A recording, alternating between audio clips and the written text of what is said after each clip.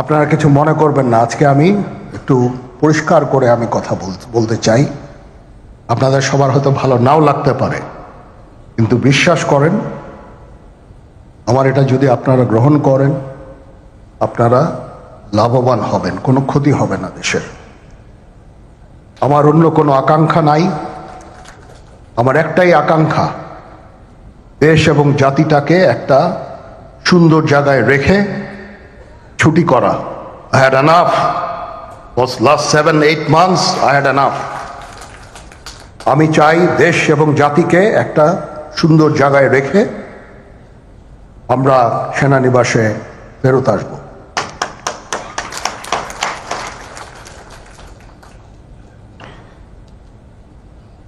আরেকটা জরুরি বিষয় যেটা আমি ভাবলাম যে আপনাদের সাথে আমি শেয়ার করি।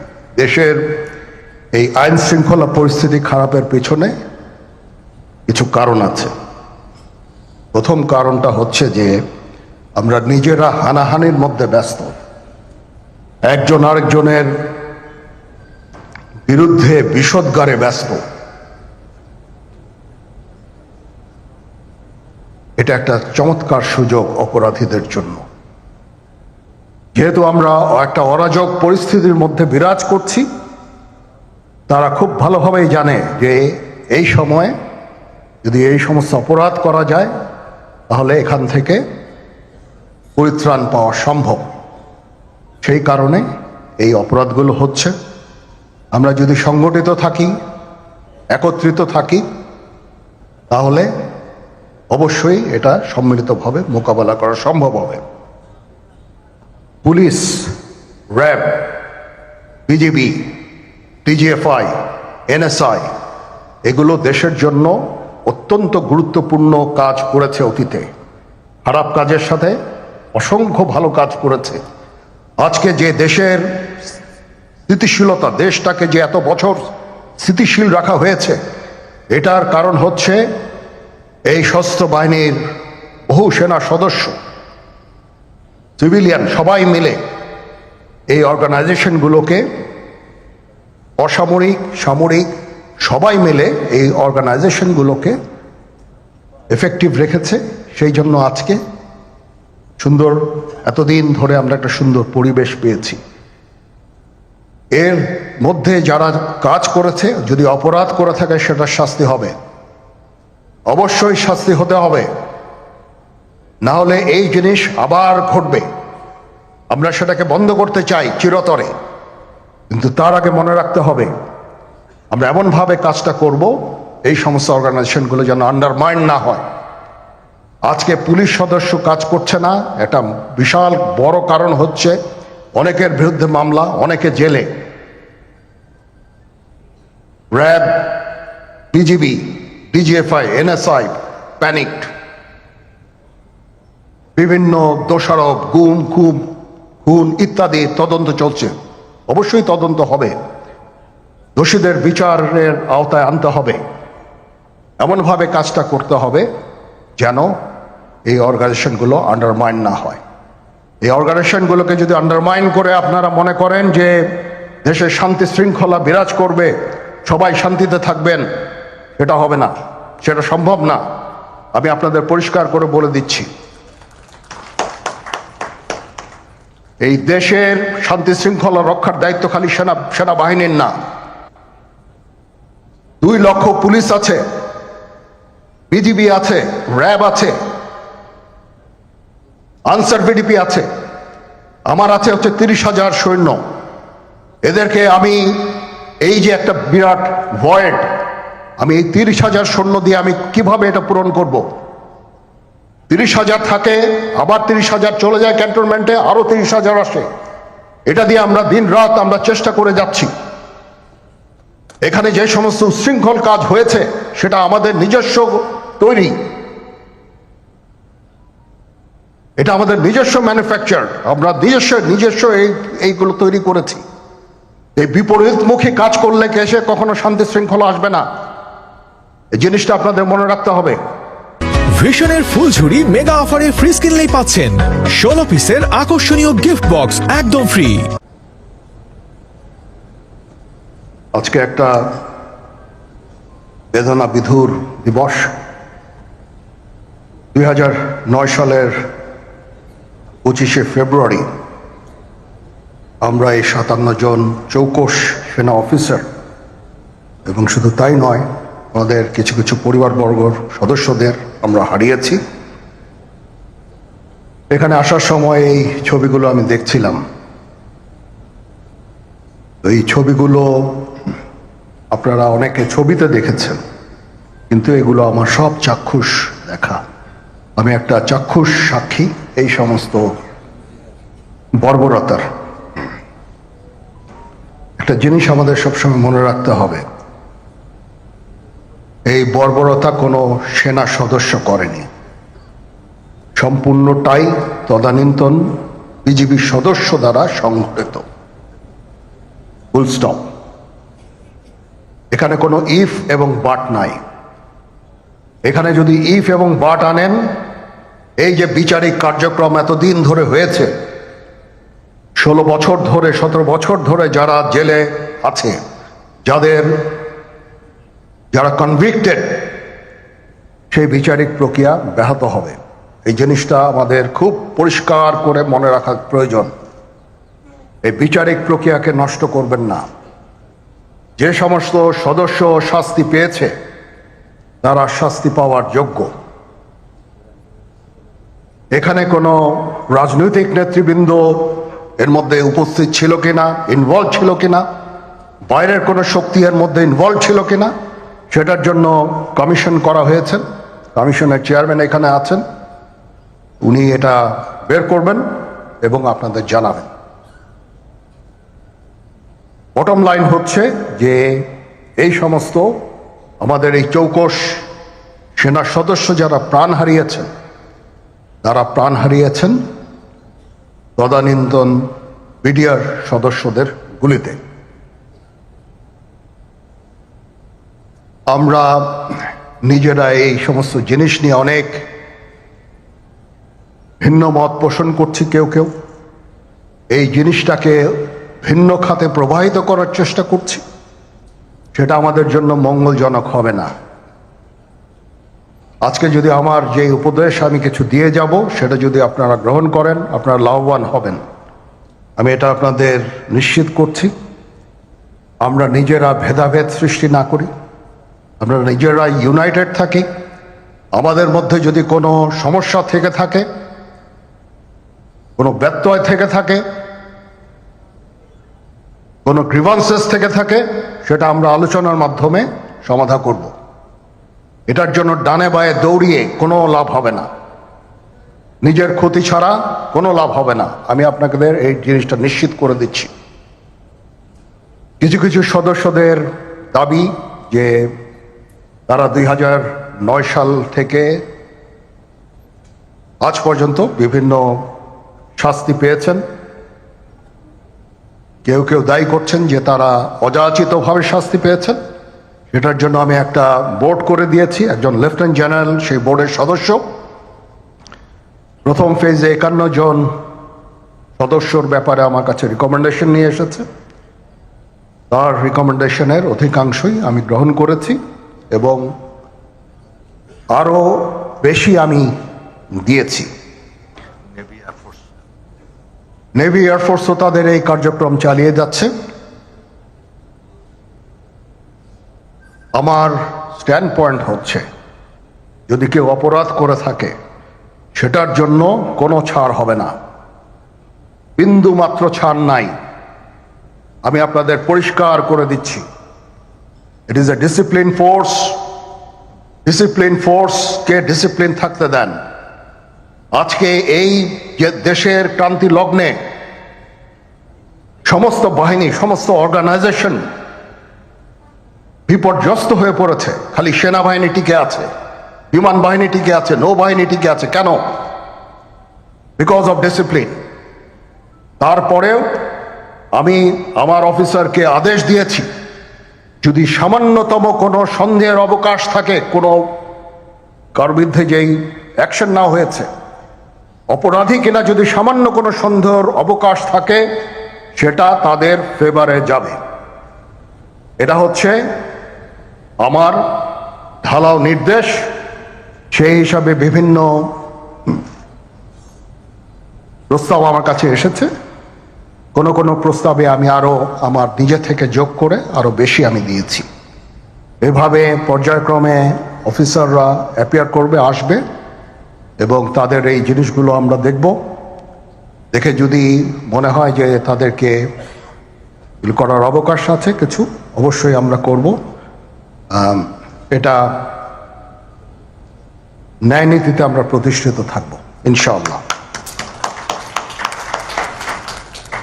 আপনারা কিছু মনে করবেন না, আজকে আমি একটু পরিষ্কার করে আমি কথা বলতে চাই।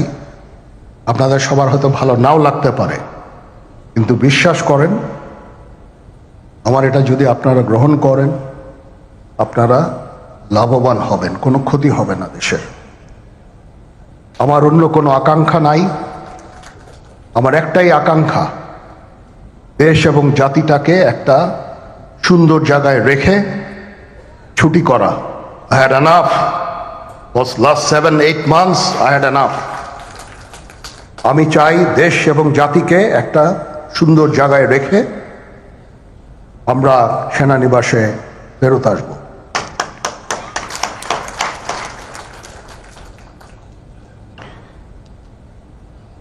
আরেকটা জরুরি বিষয় যেটা আমি ভাবলাম যে আপনাদের সাথে আমি শেয়ার করি। দেশের এই আইন শৃঙ্খলা পরিস্থিতি খারাপের পেছনে কিছু কারণ আছে। প্রথম কারণটা হচ্ছে যে আমরা নিজেরা হানাহানির মধ্যে ব্যস্ত, একজন আরেকজনের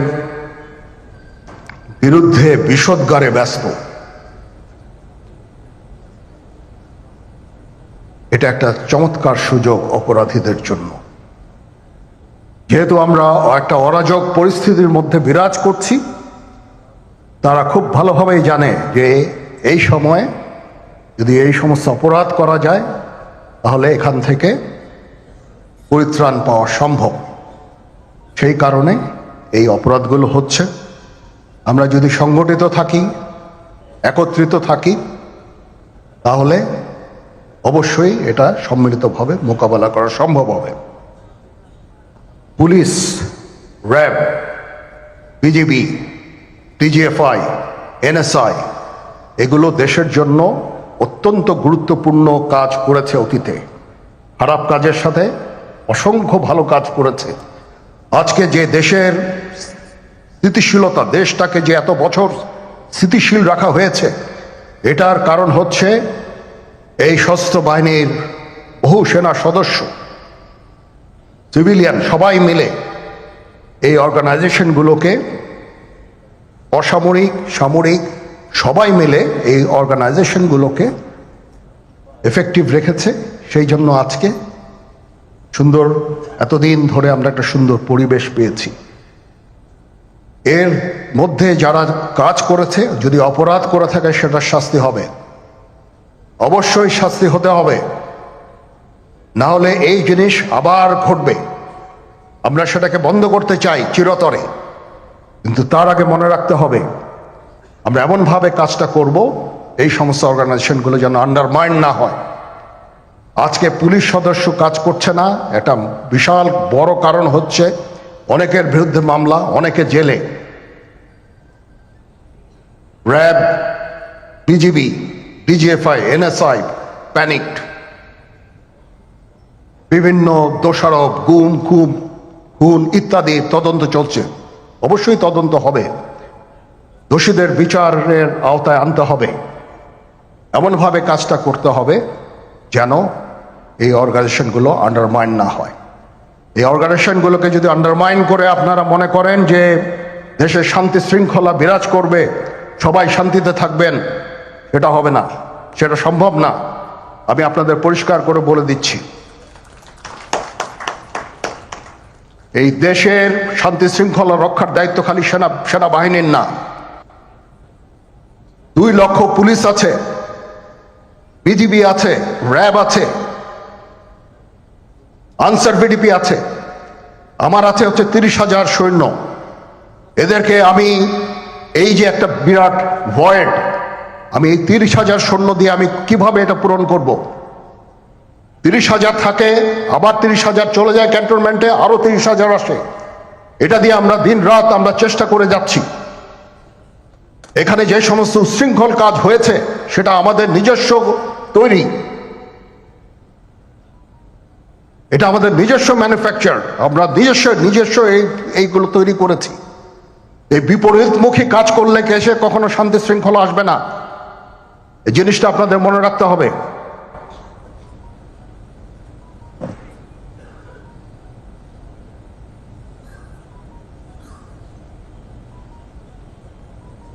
তদন্ত কমিশন হচ্ছে, আবার আরেকটা আমাদের সর্বদা আমরা চেষ্টা করব তদন্ত কমিশনকে সহায়তা করতে।